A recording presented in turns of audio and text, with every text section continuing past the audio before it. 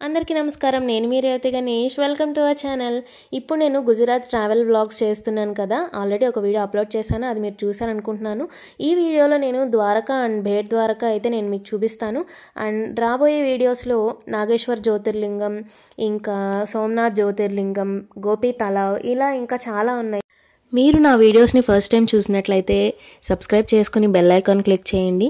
And ఇవి continuation videos, కానీ ఇంకా ఛానల్లోకి వెళ్తే మంచి మంచి యాక్టింగ్ వీడియోస్ అండ్ వ్లాగ్స్ కూడా చాలా ఉన్నాయి, అవన్నీ మీరు మిస్ అవ్వద్దు. ద్వారకాకి వెళ్ళాలనుకుంటే మన ఆంధ్ర నుంచి కానీ తెలంగాణ నుంచి కానీ ట్రైన్స్ అయితే అవైలబుల్గా ఉన్నాయి. ఆ train details, timings, price money ఇదంతా నేను మీకు డిస్క్రిప్షన్లో ఇస్తాను. ఆ డిస్క్రిప్షన్ బాక్స్ని ఒకసారి చెక్ చేయండి. మేము గుజరాత్కి ఫ్లైట్లో వెళ్ళాం అనమాట. జామ్నగర్ ఎయిర్పోర్ట్లో ల్యాండ్ అయ్యాము అండ్ వడినార్లో స్టే చేస్తున్నాము. ఇప్పుడు వడినార్ నుంచి ద్వారకాకి 117 కిలోమీటర్స్ అయితే డిస్టెన్స్ ఉంది. మార్నింగ్ 6కి లేచి స్టార్ట్ అయ్యాము. ఎందుకంటే ద్వారకాలో టైమింగ్స్ అవి కొంచెం డిఫరెంట్గా ఉంటాయి. దర్శనం టైమింగ్స్ మనకిలాగా కంటిన్యూస్గా ఈ టైం నుంచి ఈ టైం వరకు అని అయితే ఉండదు. మధ్య మధ్యలో క్లోజ్ చేస్తూ ఉంటారు ఒక హాఫ్ అన్ అవర్ అలా. ఆ డీటెయిల్స్ అన్ని నేను మీకు ఈ వీడియోలో చూపిస్తాను. వీడియో కొంచెం లెంతీగా ఉంటుంది, మీరు కొంచెం ఓపిక చేసుకుని లాస్ట్ వరకు చూస్తే మాతో పాటు మీరు ద్వారకా అండ్ భేట్ ద్వారకా రెండు దర్శనం చేసుకోవచ్చు. ప్రతి హిందువు తన లైఫ్ టైంలో చార్ధామ్ యాత్ర చేయాలని కోరుకుంటారు. ఈ చార్ధామ్లో కేదార్నాథ్, ద్వారకా, పూరి, రామేశ్వరం ఈ 4 టెంపుల్స్ని చార్ధామ్ యాత్ర అంటాము. వీటిలో ఒకటైన ద్వారకాని ఇప్పుడు మనం దర్శనం చేసుకోబోతున్నాము. దర్శనం చేసుకునే ముందు ద్వారకా గురించే మనం తెలుసుకుందాం రండి. శ్రీకృష్ణుడు రాజ్యపాలన చేసిన నగరం ద్వారక. ఈ ద్వారకా నగరం ఎలా నిర్మించబడిందంటే, కంసుని మామ జరాసంధుడు మధుర పైన మళ్ళీ యుద్ధానికి దండెత్తి వస్తున్నాడు అని అక్కడి యాదవులను రక్షించడానికి ఈ ద్వారకా నగరాన్ని కృష్ణుడు విశ్వకర్మ సాయం తీసుకుని గౌమతి నది తీరంలో నిర్మించారు. ఆ ద్వారకాపురి గాంధారి శాపం వల్ల కృష్ణుడు మరణించిన తర్వాత సముద్ర గర్భంలో కలిసిపోయిందని పురాణాలు చెప్తున్నాయి. ఈ ద్వారకా నగరం గుజరాత్ సముద్ర తీరం నుండి 20 కిలోమీటర్ల దూరంలో 40 మీటర్ల లోతులో ఇప్పటికీ శిథిలా వ్యవస్థలో ఉంది. ఇది క్రీస్తు పూర్వం 3150 ఏళ్ల క్రిందటిదని చాలా మంది ఆర్కియాలజిస్టులు పరిశోధనలు చేసి నిర్ధారించారు. ప్రస్తుతం ఉన్న ఈ ఆలయాన్ని శ్రీకృష్ణుడి మనవడు వజ్రనాభుడు 2500 ఏళ్ల క్రితం నిర్మించారు. ఆ తర్వాత 1472లో గుజరాత్ సుల్తాన్ మహమ్మద్ ఈ ఆలయాన్ని ధ్వంసం చేశారు. ఆ తర్వాత పరిపాలించే రాజులు 16వ శతాబ్దంలో ఈ ఆలయాన్ని తిరిగి నిర్మించారు. ఈ ఆలయం 72 పిల్లర్లతో 170 అడుగుల శిఖరం ఎత్తుతో నిర్మించబడింది. ఈ శిఖరం పైన ఉన్న జెండాని రోజుకు 5 సార్లు మారుస్తారు. అండ్ ఆ జెండా పైన సూర్యుడు, చంద్రుడు ఉంటారనమాట. అంటే సూర్యుడు, చంద్రుడు ఉన్నంత కాలం శ్రీకృష్ణుడు ఇక్కడ ఉంటాడు అని సింబాలిక్గా చెప్పడం అనమాట. ఇక్కడ మనం చూస్తున్నది గౌమతి నది సంగమ ప్రదేశం. ఈ ఆలయం సముద్రనారాయణ ఆలయం అనమాట. ఈ సంగమ ప్రదేశంలో ఇక్కడ ఒక్కచోటే ఉంటుంది సముద్రనారాయణకి ఒక ఆలయం అనేది. ఈ ఆలయాన్ని సంగమనారాయణ ఆలయం అని కూడా పిలుస్తారు. ఏ గుడిలోకి కూడా కెమెరా అయితే ఎలా ఉండదు, అందుకే నేను మీకు బయట నుంచే చూపిస్తున్నాను. అండ్ ఇదే ద్వారకా రాక్ బీచ్కి వెళ్ళే దారి. ఇది ద్వారకా రాక్ బీచ్.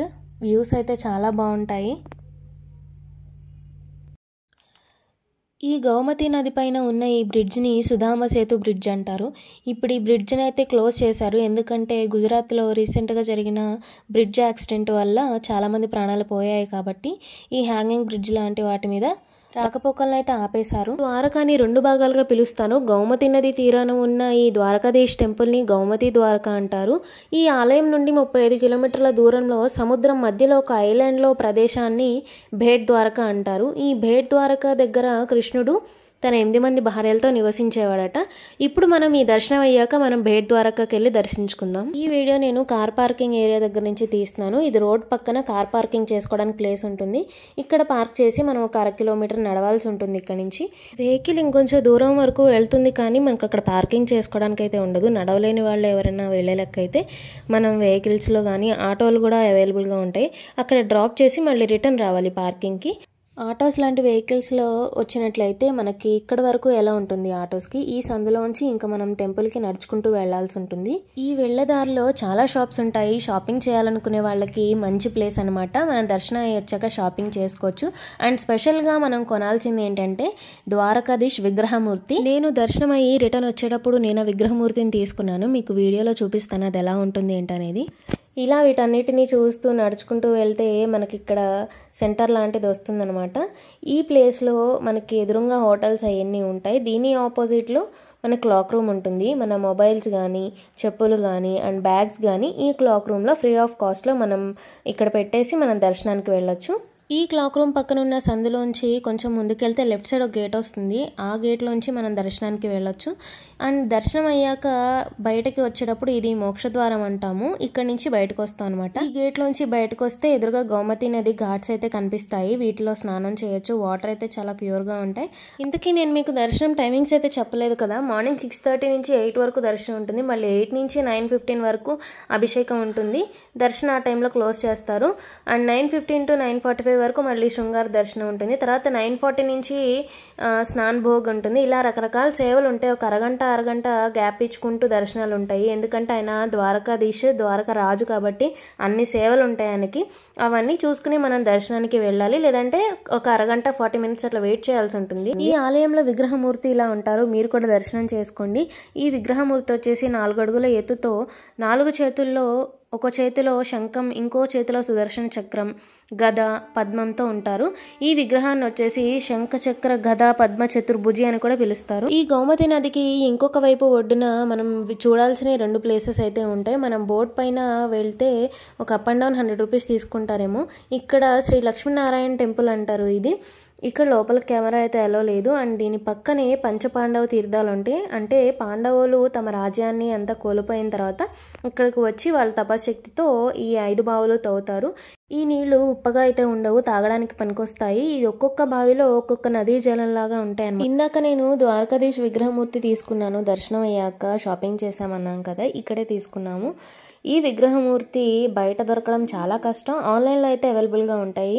కానీ మనం డైరెక్ట్గా ద్వారకా వెళ్ళినప్పుడు గుర్తుగా తెచ్చుకుంటే అదొక మెమరీగా ఉంటుంది కదా. అండ్ లడ్డూ గోపాల్ కూడా తీసుకున్నాను. చాలా చిన్న సైజ్ తీసుకున్నా. ఎందుకంటే నాకు చిన్న వస్తువులు అంటే చాలా క్యూట్గా అనిపించి బాగా నచ్చుతాయి. అందుకే చిన్న సైజ్ తీసుకున్నా. ఇలా ఆర్నమెంట్స్ అండ్ డ్రెస్సెస్ కానీ అక్కడ చాలా రకాలు దొరుకుతున్నాయి.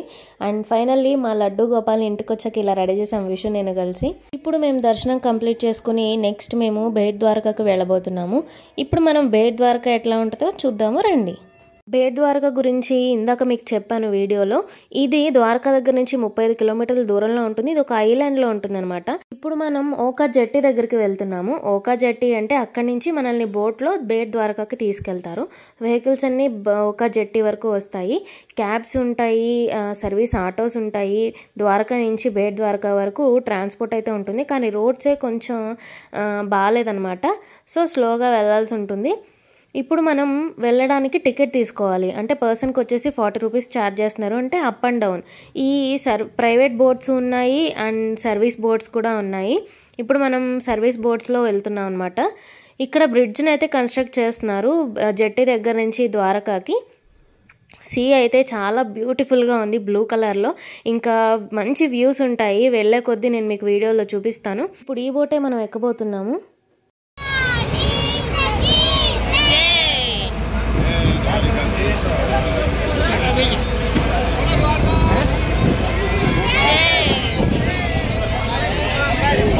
స్టార్ట్ అయ్యే ముందు అందరూ ద్వారకాధీష్కి జై అనుకుంటూ స్టార్ట్ చేసాము. అండ్ ఇక్కడ స్పెషల్ అట్రాక్షన్ ఏంటంటే బోట్ జర్నీలో సీ గర్ల్స్.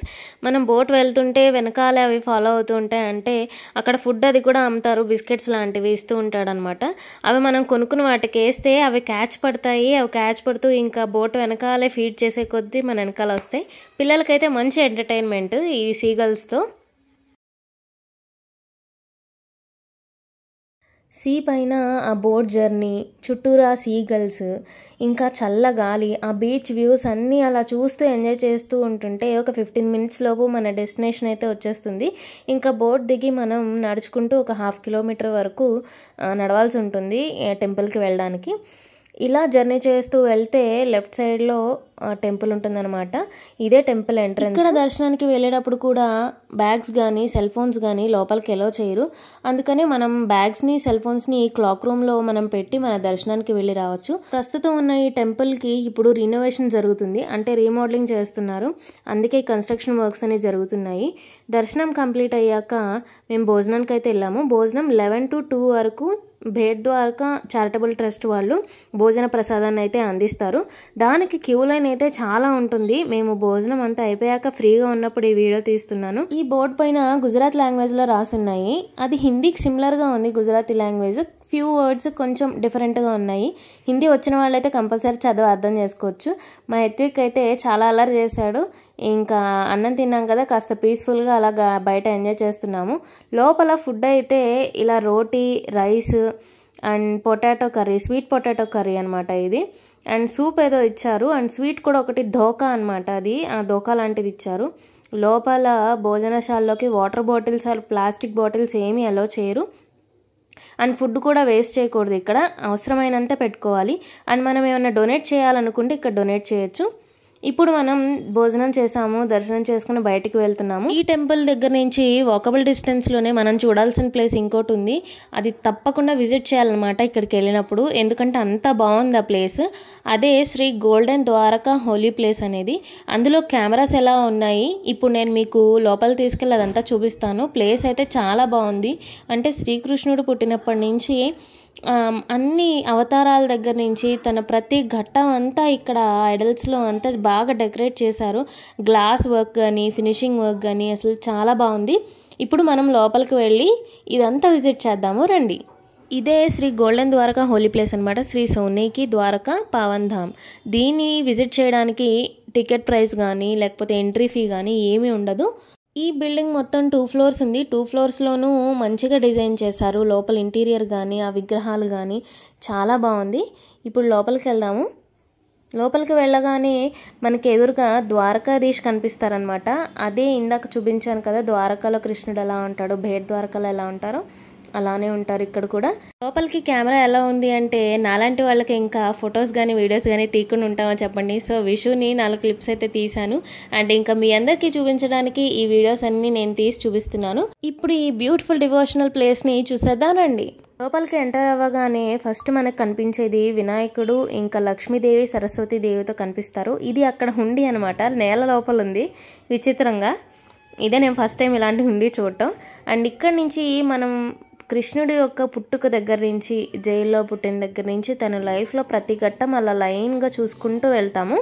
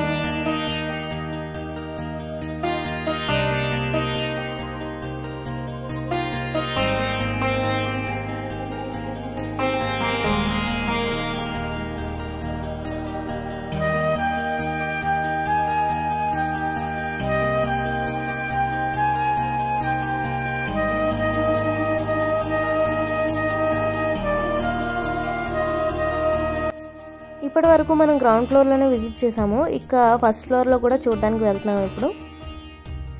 ఈ సీలింగ్ అంతా కూడా మిర్రర్ వర్కే. ఎంత అందంగా ఉందో, చాలా బాగా చేశారు. చూడటానికి కూడా చాలా బాగుంది.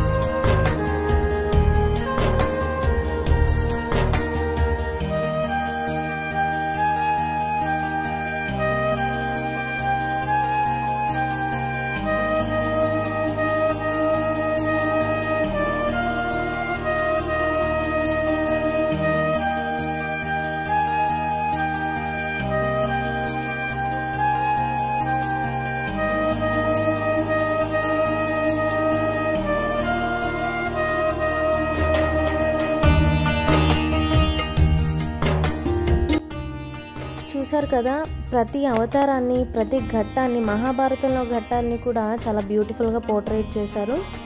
ఇదంతా విజిట్ చేసుకున్నాక ఇంకోవైపు మనకి ద్వారకాలో విగ్రహమూర్తి ఎలా ఉంటుందో, మన తిరుపతి ఇంకా పూరిలో విగ్రహమూర్తులు ఎలా ఉంటాయో ఇక్కడ అవి డిస్ప్లే చేశారనమాట. ఇదే ద్వారకాధీష్ లోపల విగ్రహమూర్తి ఇలానే ఉంటారు. పక్కన రాధ ఉండదు, కానీ ఇదే అలంకరణతో ఉంటారు కృష్ణుడు అయితే.